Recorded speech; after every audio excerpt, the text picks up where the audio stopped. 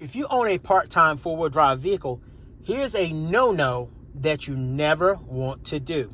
Anytime you're actually driving normally, you want to make sure that you're always in 2 high, guys.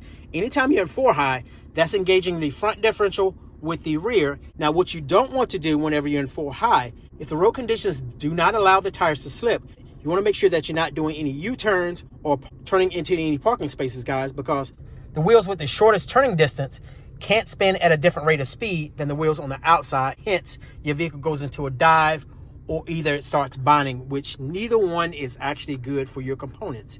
And therefore, you could be damaging those components.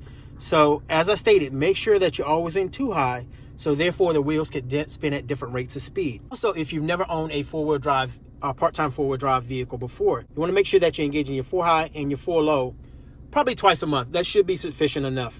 And the reason for that is so that whenever you engage your 4 high or your 4 low, it engages and it stays engaged rather than kicking you out, hence indicating that those parts have potentially rusted, and that is bad news for you guys. So by engaging those keeps those parts lubricated, guys, and that's what you want, and that is recommended. That is actually a must if you don't want to spend money to actually get those parts either replaced or repaired.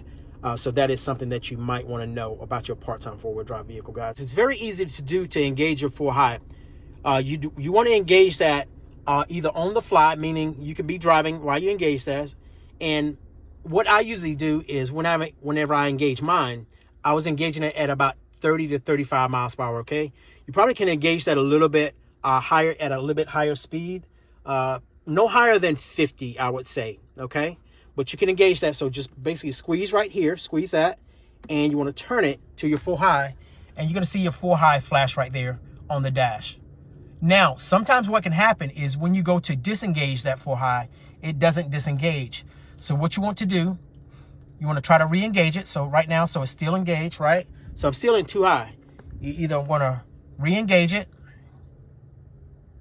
and disengage it again, see whether or not it disengages. If not, put the vehicle in drive, pull forward a few feet, and it should disengage.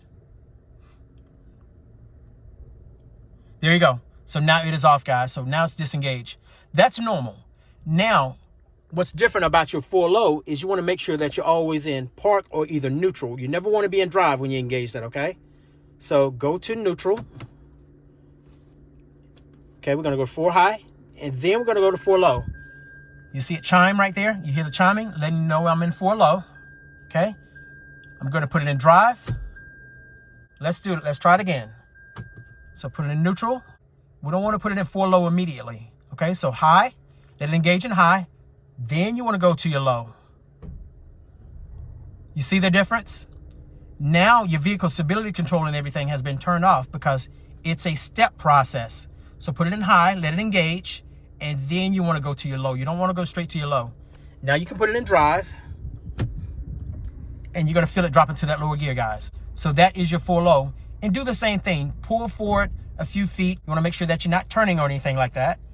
You want to make sure that you pull forward a few feet for your 4 low. You want to make sure that we put it back in neutral to disengage it. So put it back in your 4 high. You're going to hear it disengage. You're going to see your vehicle stability control and everything re-engage, right? Then we're going to put it in your 2 high. And there we go. Now we're back to normal. So that's just a quick FYI if you've never had a four-wheel drive, a part-time four-wheel drive before, guys. So you want to make sure that you always keep your parts lubricated. So that entails engaging your 4 high and your 4 low at least twice a month to make sure those parts are lubricated, guys. So if not, then like I said, you could be facing expensive repairs or replacement of those particular components.